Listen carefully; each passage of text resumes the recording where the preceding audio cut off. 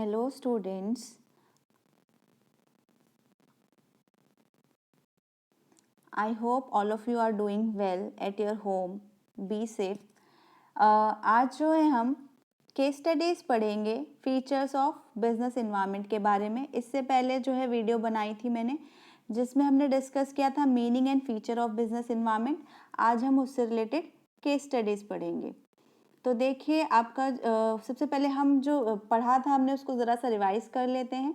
Meaning of business environment, the term business environment means the sum total of all individuals, institutions, and other forces that are outside the control of a business enterprise but that may affect its performance.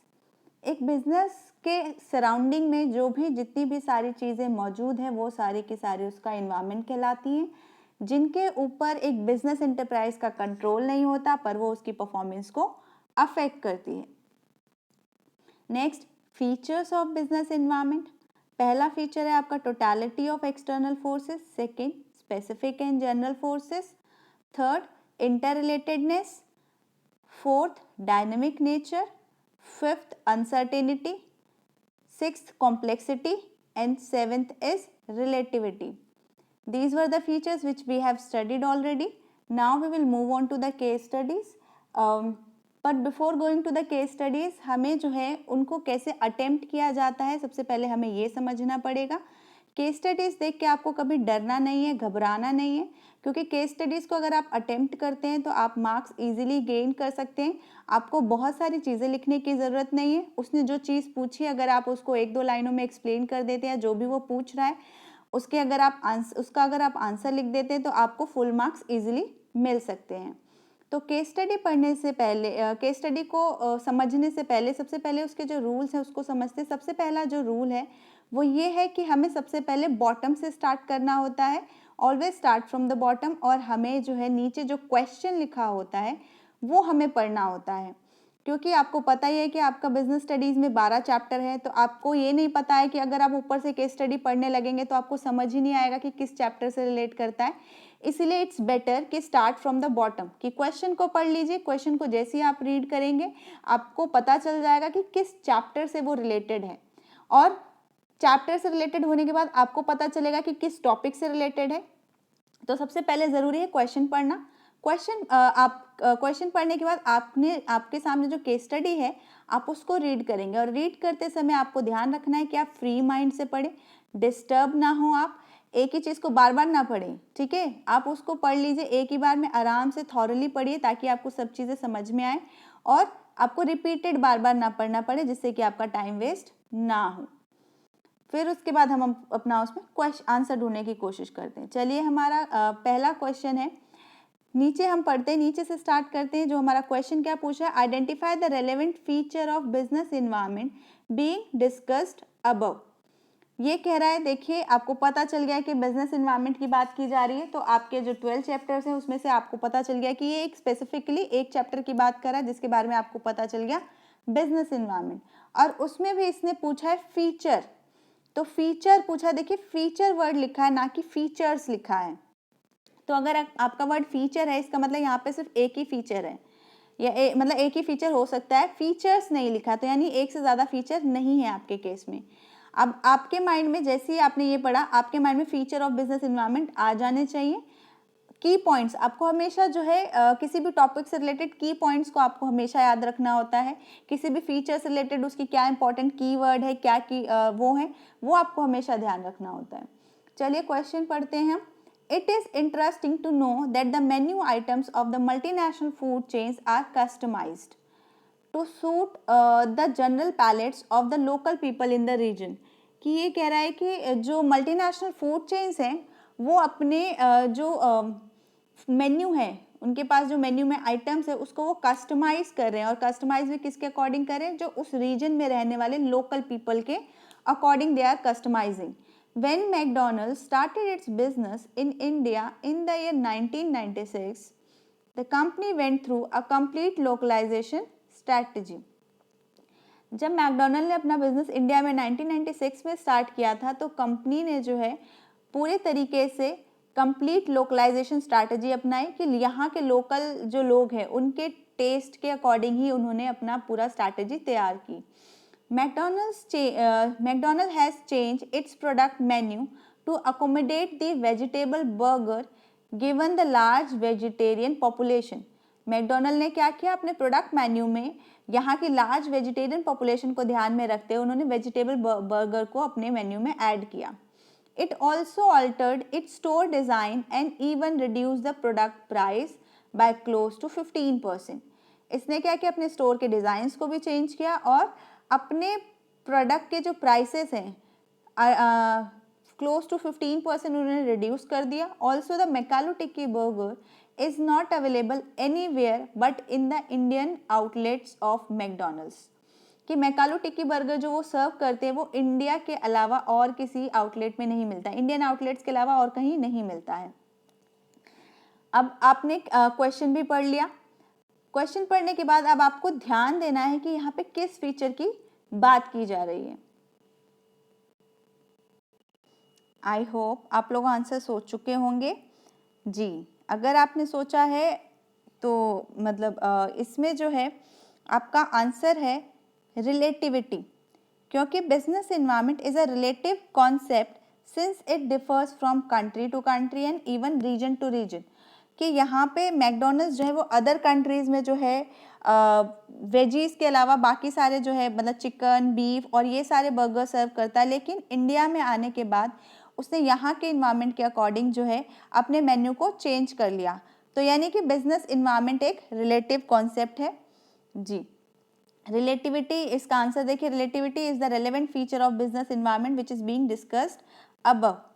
अब यहाँ पे देखिए आपको बोला था identify the relevant feature, आपको सिर्फ एक फीचर आइडेंटिफाई करना था और इस तरीके का क्वेश्चन आपका 1 मार्क का आ सकता है। तो अगर आप सिर्फ एक फीचर रिलेटिविटी लिख देंगे तो आपको जो है 1 मार्क फुल मिल जाएंगे।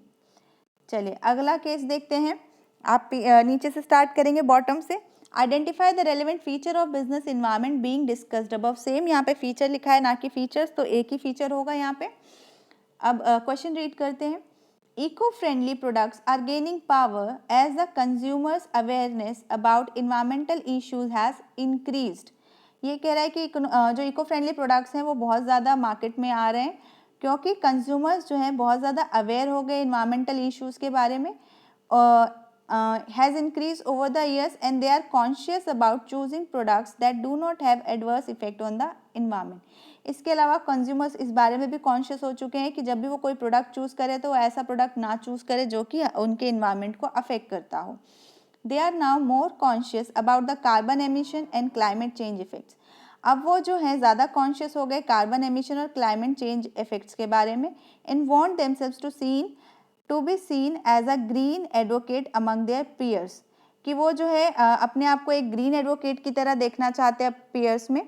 In such a scenario, it has become a challenge for the companies as they have to not only meet the needs of the consumer, but also ensure that their products are safe and environment friendly. इस तरीके के scenario में जहाँ पे लोग ज़्यादा aware हो चुके हैं तो कंपनी के लिए बहुत बड़ा कंपनी के लिए जो ये एक चैलेंज हो चुका है कि उन्हें सिर्फ कस्टमर की नीड्स के अकॉर्डिंग प्रोडक्ट्स नहीं बनाने, उसके अलावा उन्हें इस चीज़ का भी ध्यान रखना है कि जो भी वो प्रोडक्ट्स बना रहे हैं वो सेफ़ और इन्वायरमेंट फ्रेंडली बनाएं, क्योंकि अगर वो सेफ़ और इन्वायरमेंट फ्रेंडली प्रोडक्ट बनाएंगे तभी जो है कंज्यूमर्स जो है उनके प्रोडक्ट्स को परचेज करेंगे। यहाँ पे ऐट नहीं एज होगा। As a result there is growing need for better and advance technologies to works as a catalyst in this regard. अगर आप एक कैटलिस्ट की तरह काम करना चाहते हैं तो यहाँ पे ज़रूरत है कि आप बेटर और एडवांस टेक्नोलॉजी को यूज़ करें जी। अब इसमें हम देखेंगे कि हमारा आंसर क्या है, कौन से फीचर के बारे में बोल रहा है ये। अगर हम देखें कि कंज्यूमर्स अवेयर हो गए इन्वायरमेंटल इश्यूज़ के बारे में, तो कंज्यूमर अवेयरनेस कहीं ना कहीं सोशल इन्वायरमेंट से रिलेटेड है और उसकी वजह से कंपनीज को अपने प्रोडक्ट्स में बनाते समय या अपनी टेक्नोलॉजी को चेंज करना पड़ रहा है कि वो इस तरीके की एडवांस टेक्नोलॉजी यूज़ करें जिससे कि इन्वायरमेंट जो है पल्यूट ना हो, सेफ रहे हमारा इन्वायरमेंट। ठीक है, तो यानी एक इन्वायरमेंट ने, एक फैक्टर ने, एक फोर्स ने दूसरे फोर्स को अफेक्ट किया, तो इसे हम कहते हैं इंटर रिलेटेडनेस।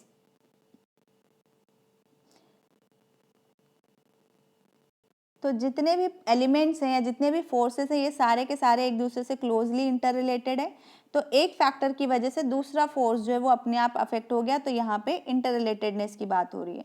तो इस केस में भी आपका अगर ये पूछा गया रेलेवेंट फीचर आइडेंटिफाई करने का, आपको सिर्फ नाम लिखना है और उससे ही आपको 1 मार्क यहाँ मिल जाएंगे। देन आपका नीचे से अगला केस स्टार्ट करते हैं जिसमें आपका लिखा है question, identify any 2 features of business environment by quoting the lines from the above case. सबसे पहले देखिए इसमें लिखा है एनी 2 फीचर्स, यानी आपको ऊपर जो बताया गया है उसमें से कोई 2 फीचर आपको बताने हैं और उसके लिए आपको लाइंस को भी कोट करना है। फीचर बताने के साथ साथ आपको लाइंस भी कोट करनी है। अगर आप लाइंस कोट नहीं करेंगे तो आपके मार्क्स कट जाएंगे। तो आपको हमेशा ध्यान रखना है कि आपको जो भी लाइन रेलेवेंट लग रही है आप उसको ज़रूर लिखें। क्वेश्चन स्टार्ट करते हैं। Disco Limited manufactures fashionable and designer clothes. Disco Limited जो है वो फैशनेबल और डिज़ाइनर क्लोथ्स बनाती है। Recently it finds that the demand for its product has been declining. Recently उसने देखा कि उसके प्रोडक्ट की जो डिमांड है वो धीरे धीरे गिरती चली जा रही है। After market research, it was discovered that fashion and taste of the consumer is changing at a fast pace. कि मार्केट रिसर्च करने के बाद उन्होंने देखा कि जो फैशन और टेस्ट है कंज्यूमर का वो बहुत ही तेज़ी से बदलता चला जा रहा है। Customers demand is increasing. Customer जो है वो बहुत ज़्यादा डिमांड कर रहे हैं, उनकी डिमांड बढ़ती चली जा रही है। New competitors have entered the market with new designs. एक तो कस्टमर्स की डिमांड बढ़ रही है, फिर नए कॉम्पिटिटर्स भी मार्केट में आ चुके हैं। It is very difficult for the company to predict future happenings. Company के लिए बहुत डिफ़िकल्ट हो गया है कि वो फ्यूचर हैपनिंग्स को, कि फ्यूचर में क्या होने वाला है उसको प्रिडिक्ट कर सके। Also it is difficult to know the extent of the relative impact of the social, economic, political, technological और legal factors on decrease in the demand of its products in the market. अब देखते हैं इसमें क्या important points थे। हमने यहाँ पे पढ़ा कि after market research it was discovered that fashion and taste of the consumer is changing at a fast pace. तो आपका यहाँ पे वर्ड आया चेंजिंग। आपको पता है कि चेंजिंग कहीं ना कहीं किसी एक फीचर में आपने पढ़ा था कि बिजनेस इन्वायरमेंट इज डायनेमिक। ठीक है, तो डायनेमिक जो है, डायनेमिक वो चीज़ होती है विच कीप्स ऑन चेंजिंग। तो यहाँ पे जो फीचर हाईलाइट हो रहा है कि बिजनेस इन्वायरमेंट जो है वो डायनेमिक है। इसमें जो है आप यहाँ पे इट वाज डिस्कवर्ड से लेके फास्ट पेस तक जो लाइन है आप उसको कोट कर सकते हैं। फिर नेक्स्ट आगे अगर हम ध्यान दें तो हमें पता चलेगा कि it is very difficult for the company to predict future happenings. ये लाइन भी आपने कहीं ना कहीं पढ़ी है किसी फीचर में। आई थिंक आपने अनसर्टेनिटी में पढ़ा है कि it is difficult to predict future happenings, कि आप फ्यूचर में क्या होने वाला है उसको प्रिडिक्ट नहीं कर सकते because business environment is uncertain. Second feature आपको पता चल गया। हमें क्वेश्चन में बोले थे 2 फीचर आइडेंटिफाई करने के लिए, आप 2 कर चुके हैं, दैट इज इनफ। बट यहाँ पे एक और फीचर है। अगर आपको पहले कोई और फीचर नहीं मिलता है तो आपको जो भी फीचर फाइंड आउट होता है आप उसको लिख सकते हैं, बट आपको यहाँ पे सिर्फ 2 फीचर्स के बारे में बताना है। जो आपका नेक्स्ट फीचर है वो ये है, it is difficult to know the extent of the relative impact of social, economic, political, technological और legal factors on decrease in demand of its product in the market. ये आपको पता है कि business environment is complex, complexity की बात हो रही है। हम बिजनेस इन्वायरमेंट के बारे में बता सकते हैं कि बिजनेस इन्वायरमेंट को हम पार्ट्स में स्टडी कर सकते हैं, लेकिन उसका इम्पैक्ट हमारी कंपनी पे, हमारे कंपनी के प्रोडक्ट पे क्या पड़ेगा और कितना पड़ेगा, उसका इम्पैक्ट क्या होगा, ये पता लगाना मुश्किल है। तो यहाँ पे उसी फीचर के बारे में बात की है और यहाँ पे भी आप इस लाइन को कोट कर देंगे, यहाँ से लास्ट जो लाइन है पूरी, तो आपका कोटिंग द लाइन्स हो जाएगा। आंसर देखते हैं इसका। देखिए पहला फीचर डायनेमिक नेचर, जो कि फैशन एंड टेस्ट, वो लाइन है। आप अगर पूरी लाइन भी लिख देते तो कोई प्रॉब्लम नहीं है, आपको जो लाइन रेलेवेंट लगती है आप उसको लिख सकते हैं जिससे कि आपको उस समय नंबर मिल सके। फिर अनसर्टेनिटी और थर्ड है कॉम्प्लेक्सिटी। नेक्स्ट केस देखते हैं हम, जिसमें सबसे पहले नीचे हम क्वेश्चन पढ़ेंगे जो लिखा हुआ है, which feature of business environment is highlighted here, कि कौन सा फीचर जो है बिजनेस इन्वायरमेंट का हाईलाइट किया गया है यहाँ पे, यानी एक ही फीचर की बात हो रही है। अब केस पढ़ते हैं। 2 big banner movies were scheduled to be released on the same date, कि दो बड़ी बैनर्स की मूवी जो है वो एक ही सेम डेट पे रिलीज होने के लिए शेड्यूल थी। ऑन द लास्ट मोमेंट होगा, ये मूवमेंट नहीं होगा, मोमेंट होगा। On the last moment release of one of the movies has to be postpone. Last moment पे जो है एक मूवी का रिलीज जो है उसे पोस्टपोन कर दिया गया due to opposition of a group of people. क्यों? क्योंकि उस मूवी को कुछ ग्रुप ऑफ पीपल जो है अपोज कर रहे थे और उसके पीछे रीजन क्या था? Due to some unethical contents related to their religion was shown in that movie. कि वो ग्रुप कह रहे थे कि उनके रिलीजन से रिलेटेड कुछ जो अनएथिकल कंटेंट्स जो है वो उसमें दिखाए गए हैं।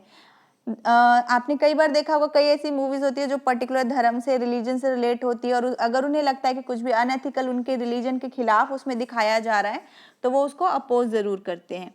The other movie released on time and made huge profit. जो दूसरी मूवी थी वो टाइम पे रिलीज हुई और उसने बहुत ज़्यादा प्रॉफिट अर्न किया as there was no competition, क्योंकि कोई कॉम्पिटिशन ही नहीं था उस मूवी के लिए। And movie which was postponed suffered loss. और वो मूवी जो पोस्टपोन हो गई थी उसने लॉस इनकर किया। अब आपको जो है इसमें आइडेंटिफाई करना है कि कौन से फीचर की बात की जा रही है। पढ़िए इसको दोबारा से, ध्यान दीजिए। आई थिंक आप आंसर पता लगा चुके हैं।